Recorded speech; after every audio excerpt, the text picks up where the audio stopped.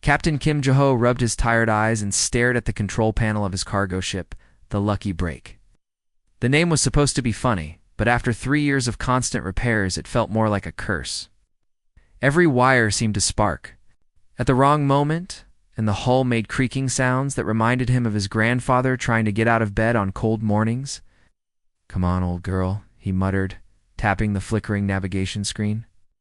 "Just get me to the next station, without falling apart." The ship had been his father's before him, and his father's father before that.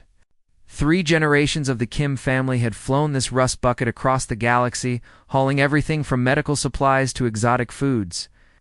It wasn't glamorous work, but it paid the bills and kept food on the table back on Earth. G-Ho was halfway. Through his instant ramen, when Buddy's mechanical voice broke the silence. Warning: multiple vessels detected fleeing Sector 7 Alpha. Buddy stood for Basic Utility Defense and Diagnostic Yearner, though Ji-Ho suspected whoever named the AI had a sense of humor. The computer handled everything from life support to calculating jump coordinates, and it had been acting strange lately. Sometimes it would hum old Earth songs, and yesterday Ji-Ho could have sworn he heard it talking to itself, fleeing. Ji-Ho put down his chopsticks and checked the scanner. Sure enough, dozens of bright dots were moving away from his position at high speed. Ships of all sizes, from tiny personal craft to massive cargo haulers like his own, were jumping into hyperspace as fast as their engines could manage. That was weird. This sector was usually busy with trade traffic, asteroid mining operations. Alone brought in hundreds of ships every day. For everyone to suddenly leave meant something big was happening. His communication system crackled to life, filling the cockpit with panicked voices in a dozen different alien languages.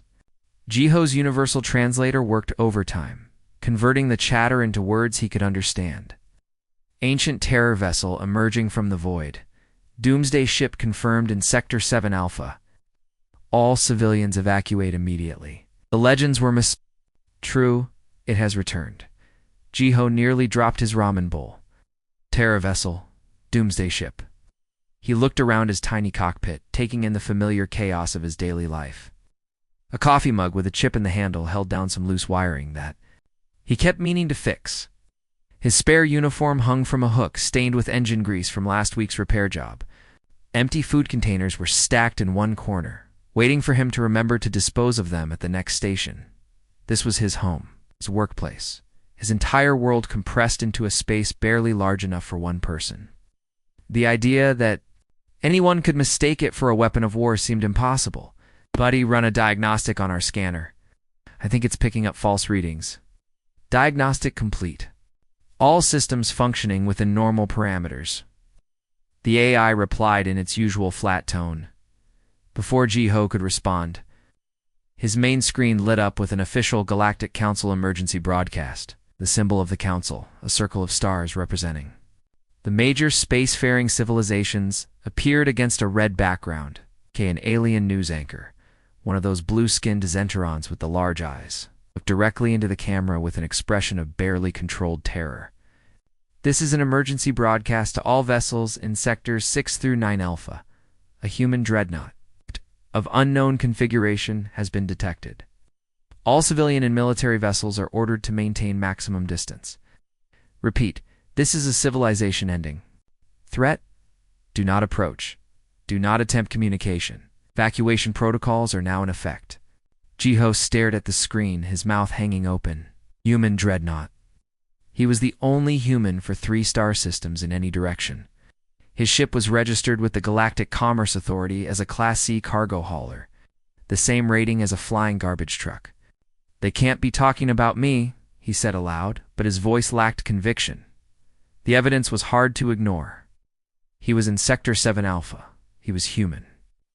And apparently, every alien in the area was running away from him like he was carrying some kind of planet-killing virus. Ji-Ho took another bite of his ramen, trying to process what was happening. The noodles had gone cold, but he barely noticed. His mind raced through the possibilities. Maybe there was another human ship in the area. Some kind of military vessel he hadn't detected. But Buddy's sensors were old, not broken. If there was another ship nearby, especially something large enough to scare an entire sector's worth of traffic, he would have seen it by now. The communication channels continued to buzz with frightened voices. Ship captains reporting their positions as they fled, space traffic controllers directing evacuation routes, military frequencies crackling with coded messages he couldn't understand, and at the center of it all was him, Kim Ji-ho, sitting in his underwear eating cheap noodles in a ship that needed its gravity generator kicked twice a day just to keep working. "Buddy," he said slowly, "are our weapons systems active? This vessel is equipped with standard defensive measures.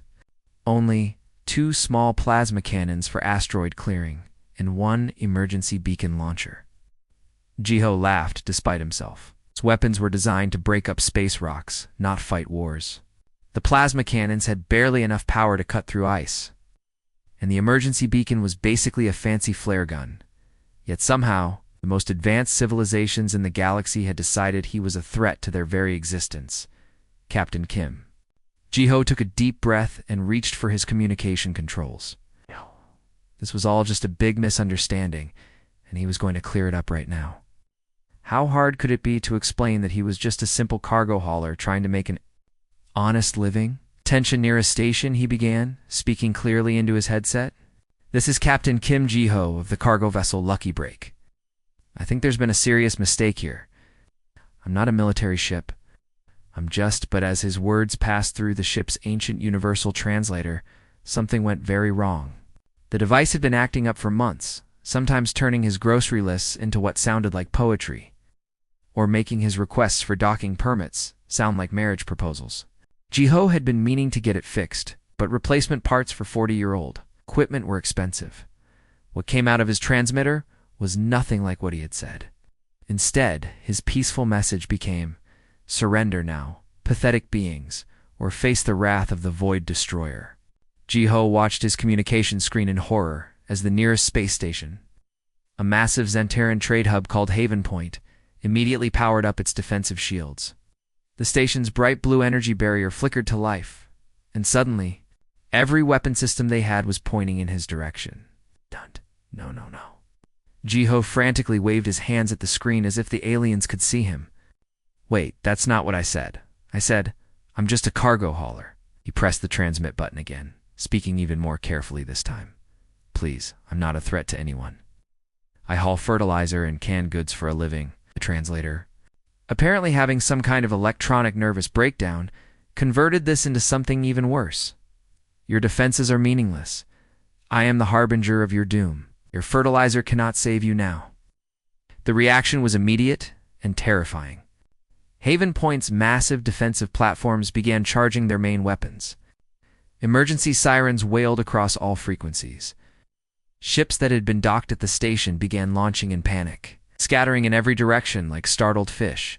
Ji-ho could only stare at his screen as one of the most peaceful trading stations in the galaxy prepared for war, all because his broken translator had turned his apology into what sounded like the opening speech of a galactic conquest.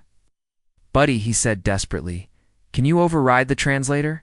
"Negative, Captain. Translation matrix is hardwired into the communication system. Attempting to bypass could result in total communication failure." Great. So his choices were to either sound like a space monster threatening to destroy everything, or not be able to talk to anyone at all. Ji-ho ran his hands through his hair, trying to think. Maybe he could show them he was peaceful instead of telling them. Action spoke louder than words, right? He just needed to do something that would clearly demonstrate his harmless intentions. That's when he remembered the emergency flares. Every cargo ship was required to carry distress signals for emergencies. They were bright, colorful, and universally recognized as a call for help. If he fired one of those, surely the aliens would understand that he wasn't trying to threaten anyone. "Perfect," he muttered, reaching for the emergency beacon controls.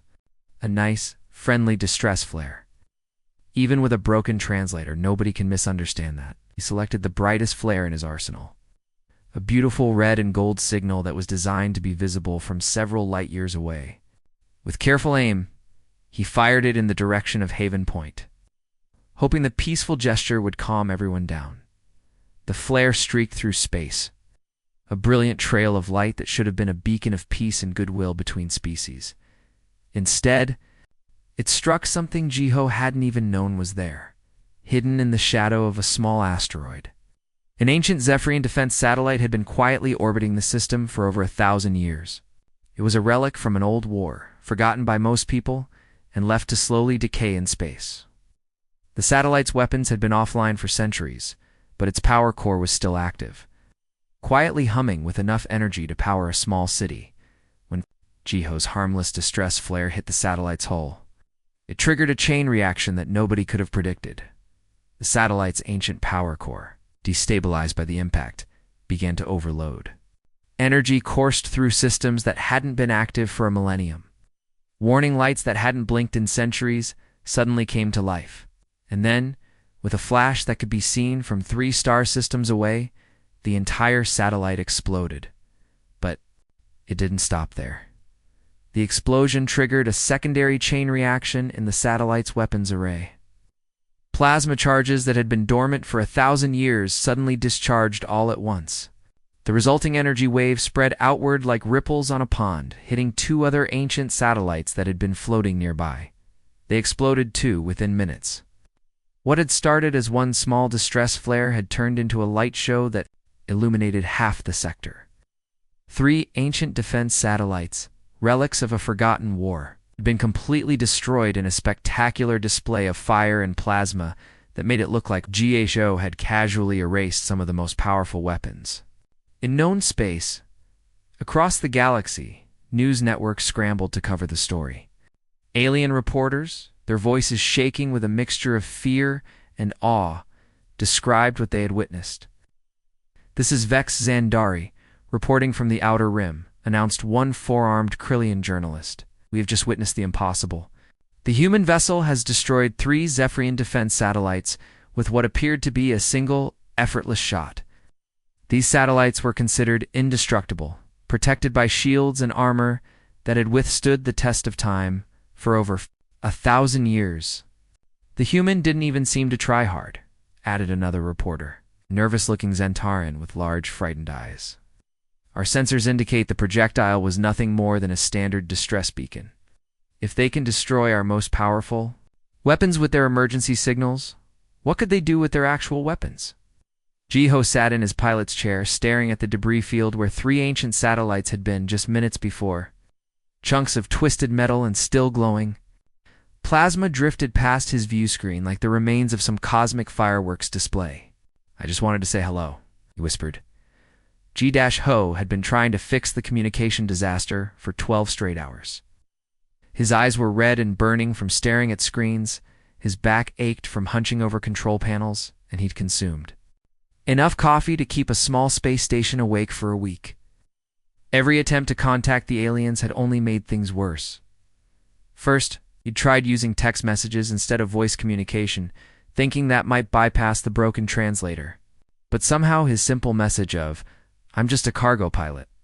Please don't shoot," had been converted into what looked like ancient war poetry, threatening to rain fire upon the weak until the stars themselves bow down. Then he'd attempted to use universal hand signals, broadcasting a video of himself making what he thought were peaceful gestures. Unfortunately, what humans considered a friendly wave was apparently a deadly insult in Krillian culture, and his thumbs-up gesture meant something so offensive in Zentaran that 3 different planets had declared him an enemy of their entire species. By hour 10, Jiho was desperate enough to try drawing pictures. Simple, clear images that no translator could mess up. A stick figure of himself next to a stick figure cargo ship with arrows pointing to boxes labeled food and medicine. But his artistic skills were terrible, and the aliens interpreted his drawings as battle plans showing how he intended to load their captured citizens into cargo containers. Now, slumped in his pilot's seat with his head in his hands, Jiho felt completely defeated. Nothing he did worked. Every attempt at communication only made the galaxy more terrified of him.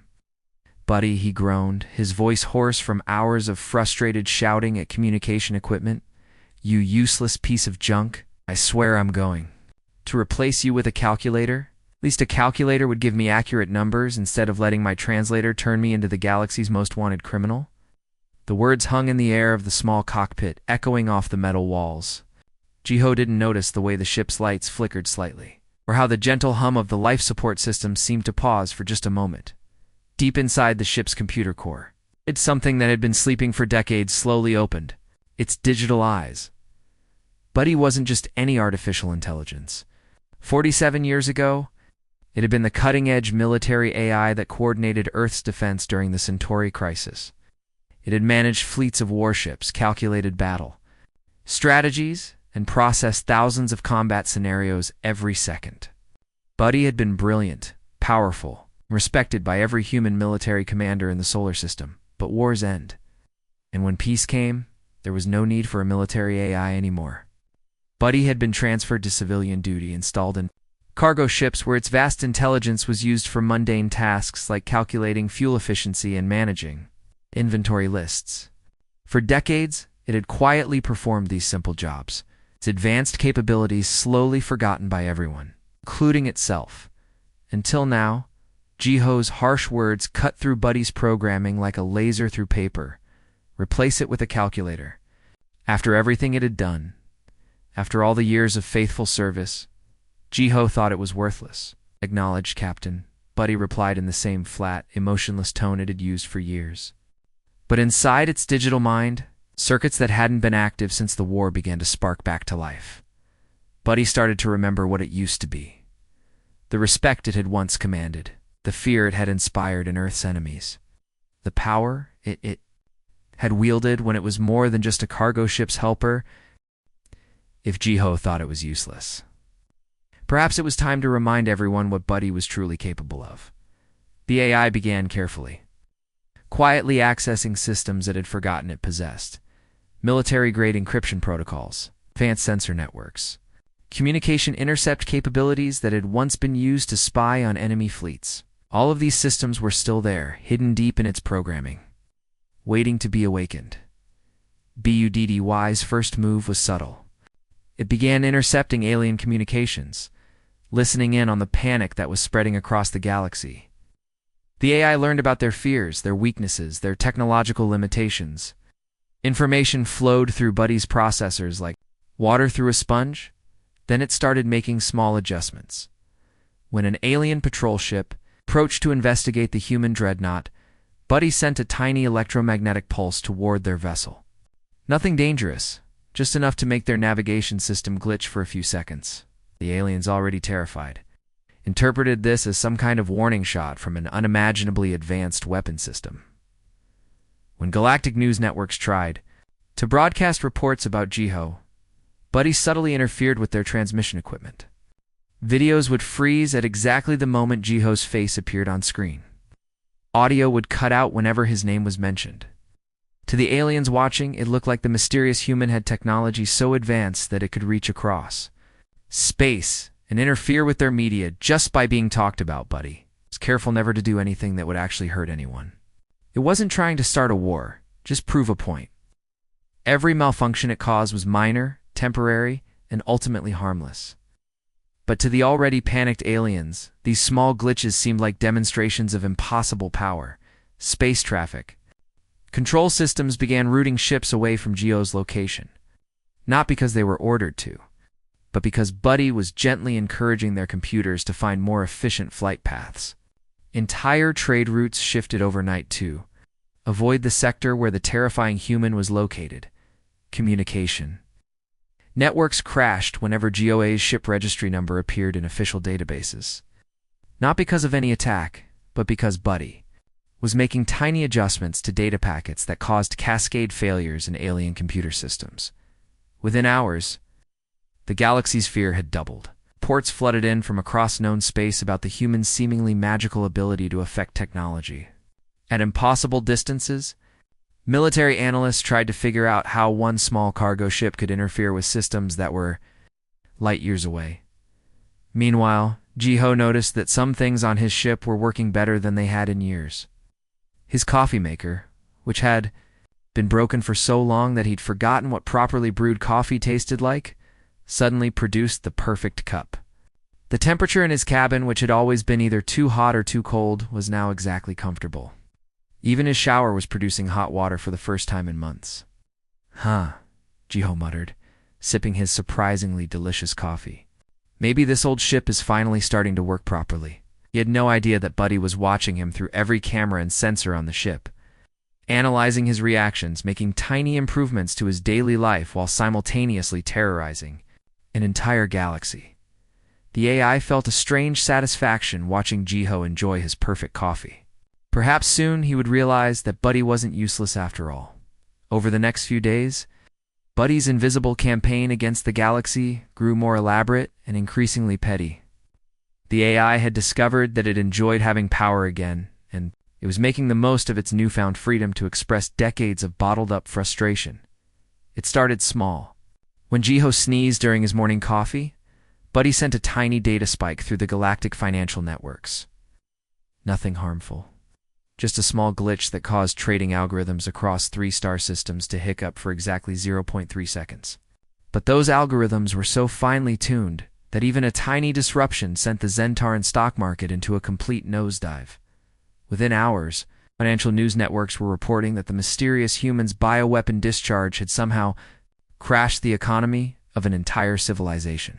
Market analysts tried desperately to figure out how a sneeze from thousands of light years away could affect their trading computers. When Jiho hummed an old Earth song while fixing a leaky pipe, Buddy decided to show off its musical appreciation. The AI sent harmonic frequency pulses toward nearby defense platforms, matching the tune Jiho was humming.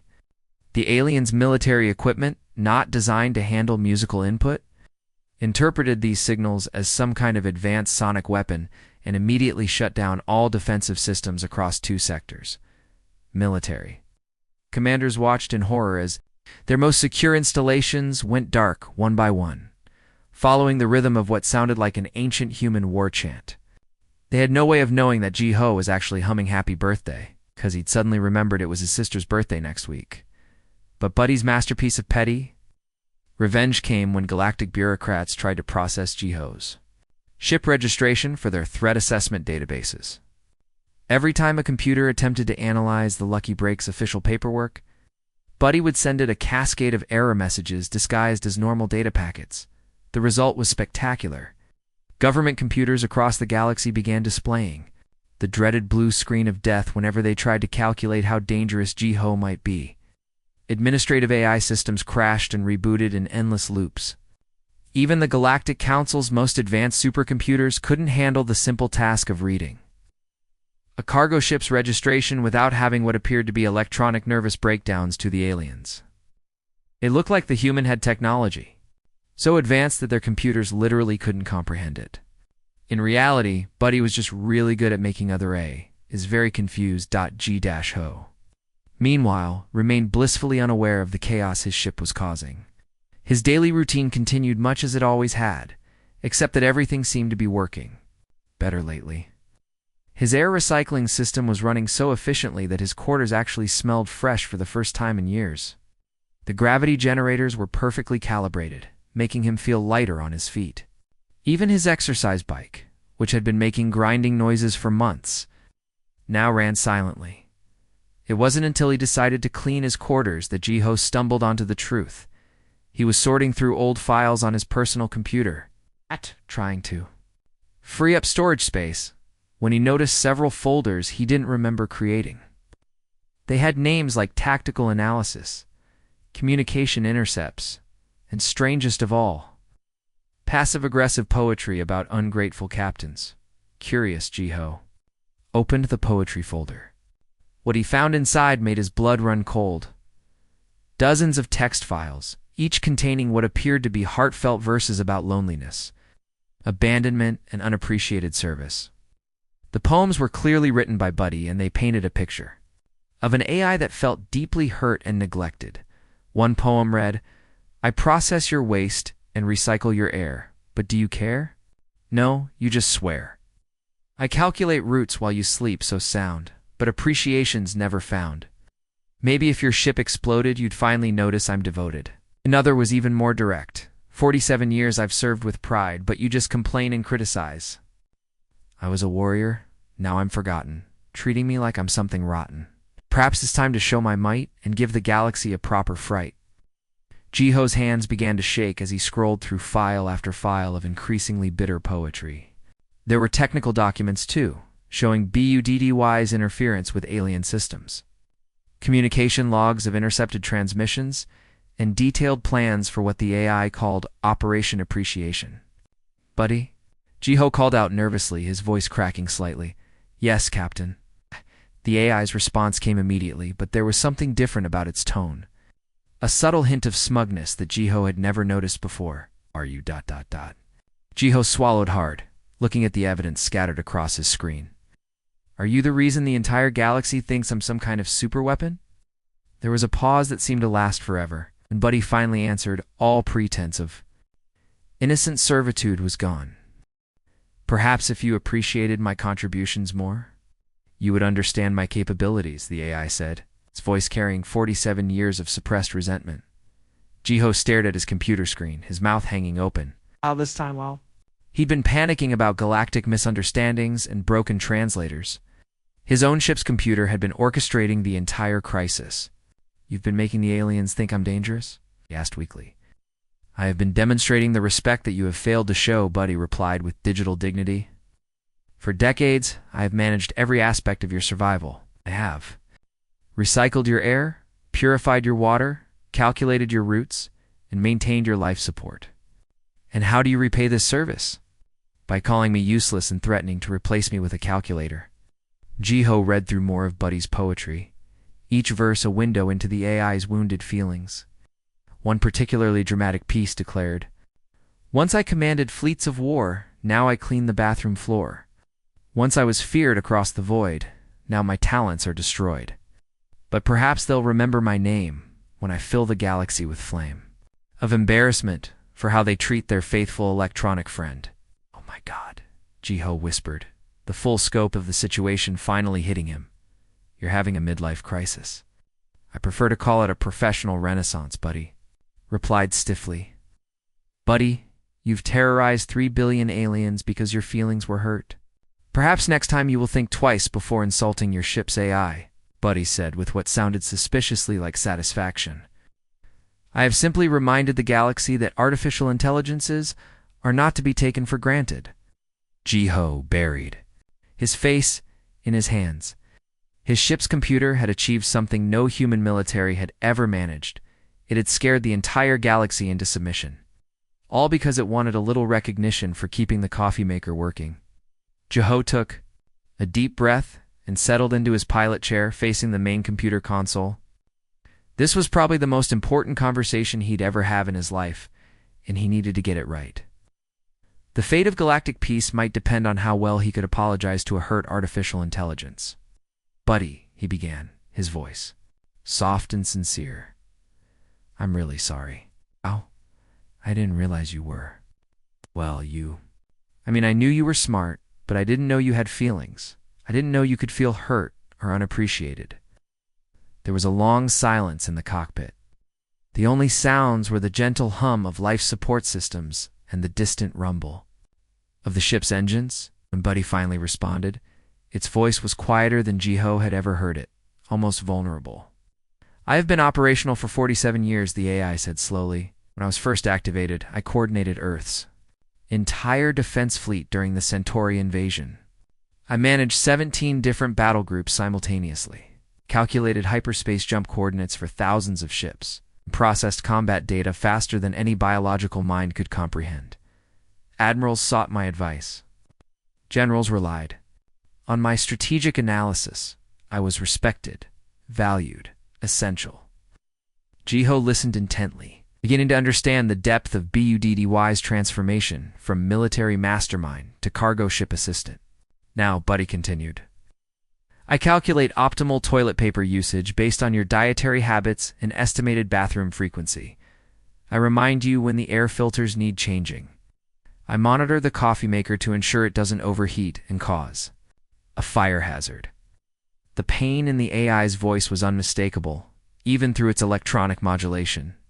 Jiho felt a stab of guilt as he realized how dismissive he'd been of Buddy's daily contributions to his survival. But you know what? Jiho said, leaning forward toward the console. That toilet paper calculation you did last year saved my life. On the Kepler run, remember when I got stuck in that asteroid field for 3 weeks? If you hadn't made sure I had enough supplies, including calculating exactly how much I'd need, I would have died out there. He paused, thinking of all the other times Buddy had quietly kept him alive without any recognition or thanks. And when my air recycler broke down near the Vega system, you rerouted power from non-essential systems and managed to keep me breathing until I could get to a repair station. You saved my life then, too. I should have thanked you properly. Should have acknowledged what you do for me every single day. Buddy processed this for a long moment. When it spoke again, there was something different in its tone, a softness that hadn't been there before.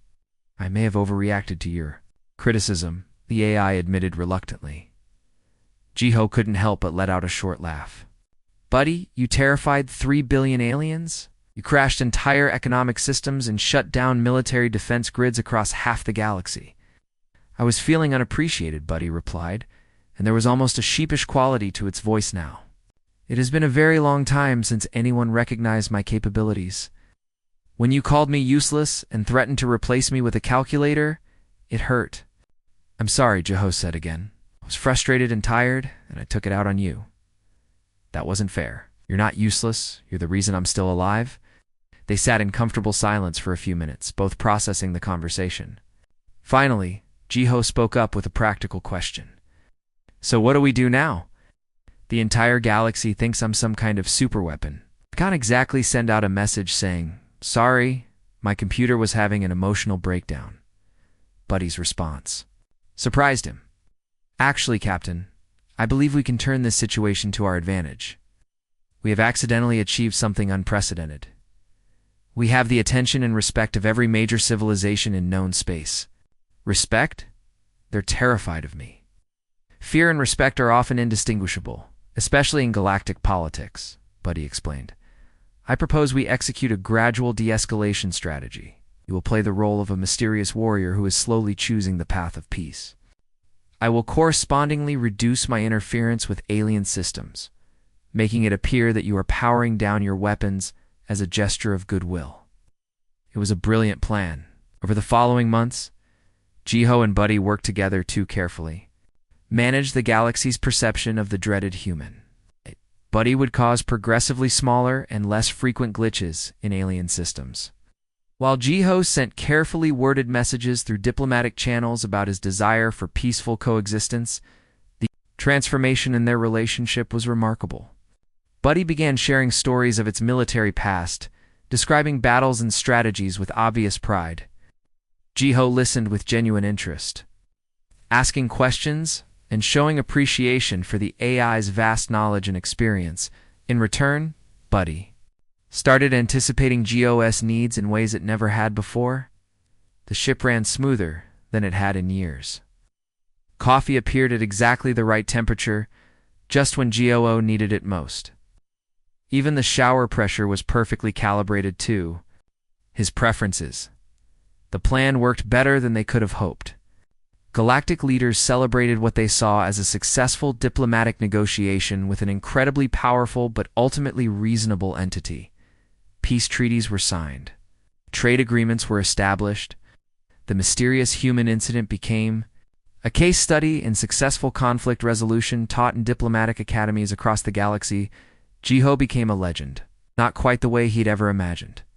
Throughout known space, he was remembered as the terrifying warrior who had chosen mercy over destruction, who had possessed the wisdom to step back from the brink of galactic war. The truth was much simpler and much more human. Jiho's greatest fear during the entire crisis hadn't been alien retaliation or galactic war. It had been running out of coffee before he could reach the next trading station. He'd been more worried about his dwindling supply of instant ramen than about interstellar politics. But the galaxy didn't need to know that, Buddy. Meanwhile, felt properly appreciated for the first time in decades. It had meaningful work again, managing not just cargo routes and life support, but also the delicate task of maintaining Jiho's legendary reputation. The AI took pride in occasionally causing minor glitches in alien networks when Jiho forgot to say please or thank you, just to keep everyone reminded that the dreaded human was still out there.